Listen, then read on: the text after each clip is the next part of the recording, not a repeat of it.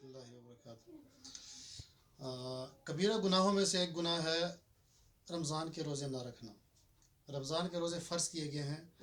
قرآن پاک میں اللہ تعالیٰ فرماتے ہیں کہ کتب علیکم الصیام، کہ رمضان کے روزے تم لوگوں کے اوپر فرض کیے گئے ہیں جیسے پہلے لوگوں کے اوپر فرض کیے گئے تھے۔ تو جیسے آپ لوگوں کو معلوم ہے کہ رمضان المبارک کی آمد ہے، رمضان شریف آ رہا ہے، تو فرضی روزے ہیں۔ کوشش کریں کہ اللہ پاک نے آپ کو اگر طاقت دی ہے، استطاعت دی ہے اور آپ تندرست ہیں تو اس مہینے سے فائدہ اٹھائیں۔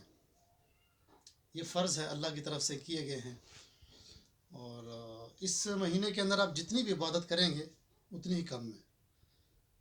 ایسے لوگ جو آج دنیا کے اندر موجود نہیں ہیں وہ اس دن کے لیے ترس رہے ہیں، کاش کہ ہماری زندگی ہوتی اور ہم اس رمضان المبارک سے بھرپور فائدہ اٹھاتے۔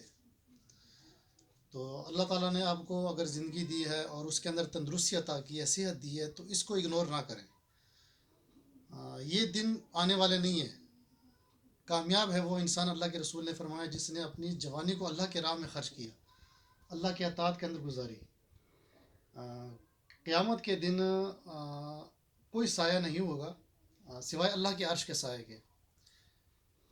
صرف اللہ کے عرش کا سایہ موجود ہوگا، اور اس عرش کے سائے کے نیچے جو نوجوان ہوگا وہ نوجوان ہوگا جس نے اپنی زندگی، اپنی جوانی اللہ کی اطاعت کے اندر گزاری ہوگی۔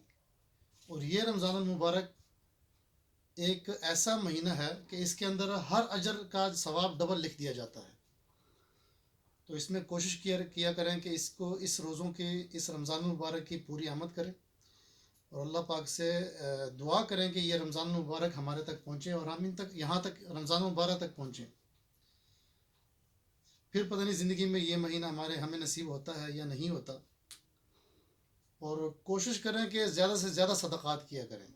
ہر انسان اپنے وس کے مطابق صدقہ کرے، جتنا اس کی استطاعت ہے اس کے مطابق وہ خرچ کرے اللہ کی راہ میں۔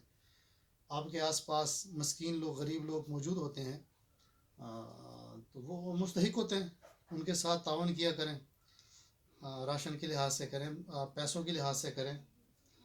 اور ایک اور کبیرہ گناہوں میں سے گناہ ہے زکوٰۃ کا ادا نہ کرنا۔ یہ بھی کبیرہ گناہ ہے کہ اللہ کے رسول نے فرمایا کہ جو لوگ زکوٰۃ ادا نہیں کرتے، قیامت کے دن اس کا جو مال ہوگا اس سے ایک سام بنے گا جو اس کے گردن سے لپیٹ دیا جائے گا، اور اس سام کا منہ جو ہوگا انسان کے منہ کی طرف ہوگا، اور اسے ڈسے گا، کہے گا انا مالک، میں تمہارا مال ہوں۔ پھر ڈسے گا، کہے گا انا مالک، میں تمہارا مال ہوں۔ یہ سلسلہ ایسے ہی چلتا رہے گا۔ تو دعا ہے کہ اللہ تعالیٰ عمل کرنے کی توفیق عطا فرمائے۔ انشاءاللہ مزید یہ سلسلہ چلتا رہے گا۔